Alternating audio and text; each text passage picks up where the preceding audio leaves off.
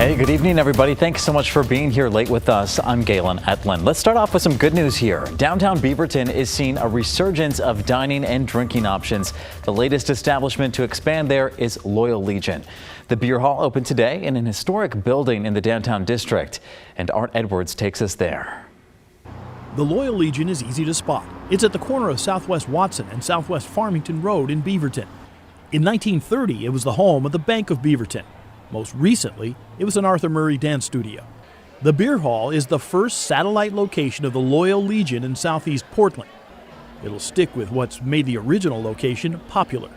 You won't see domestics here. It's all local craft beer.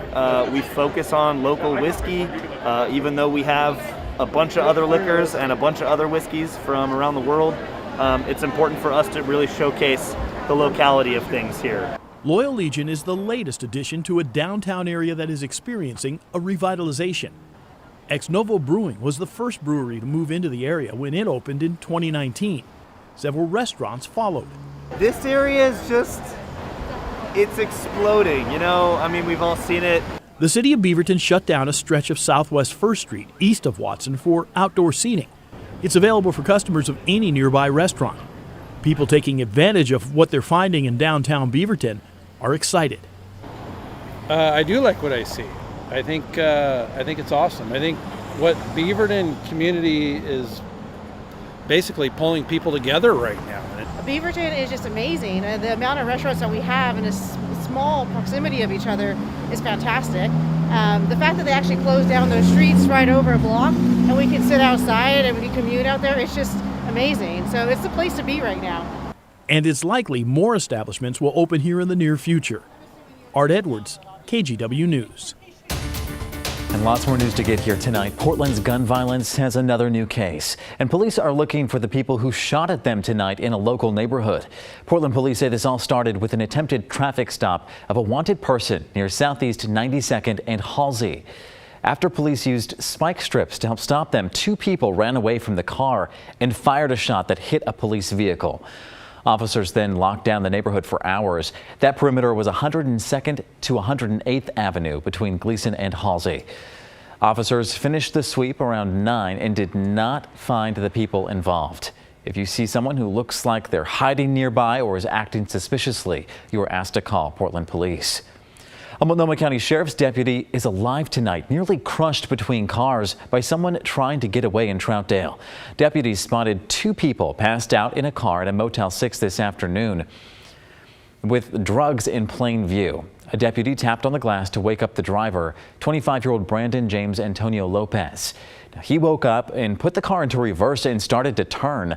A deputy was almost crushed between the two cars you see there.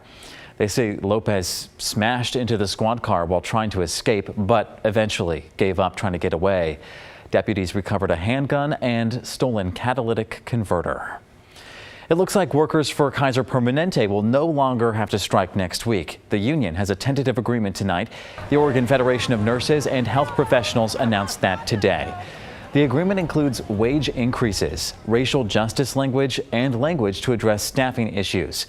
The union says the 3,400 employees in Oregon and Southwest Washington and 52,000 workers nationwide will need to vote on that contract.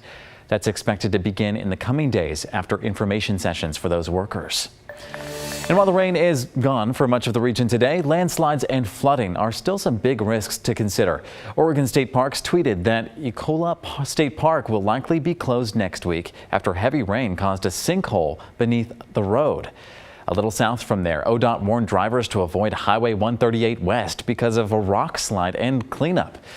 That should be done by Tuesday. And a geology professor for Portland State University says experts watch these types of landslides really closely.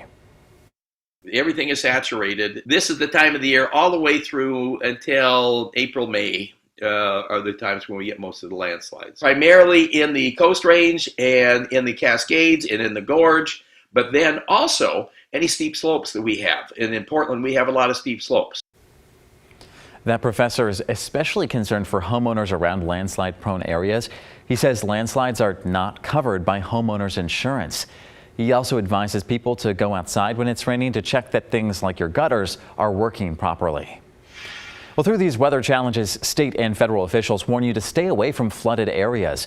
The Statesman Journal reports coastal counties are seeing severe floods, and parts of the gorge have also had problems. With more rain on the way, the U.S. Forest Service wants people to stay away until things dry up a little bit more. We've also got more information for you about all of this on KGW.com. The Portland Police Association has a new president, and he's jumping right into the position right away. This is Sergeant Aaron Schmautz. He's a 17-year veteran of the Portland Police Bureau and the new president of the Portland Police Association. He was sworn in last Tuesday, and just a few days ago, a federal judge ordered the union, the city, and the feds to come up with a detailed plan to implement a body camera program. This also comes as the union and city are in the middle of negotiations for a new contract. There's a lot of work to do, and I think trying to find priorities, just what can we get done, and get all the way done. If we can get a contract settled and give our members some stability and some understanding about what working here is going to look like moving forward, I think that does kind of clarify for them how we get more people in as well. Certainly lots of ground to cover. Now, you can hear more from Schmautz all this week on The Story, each weeknight at 6 o'clock here on KGW.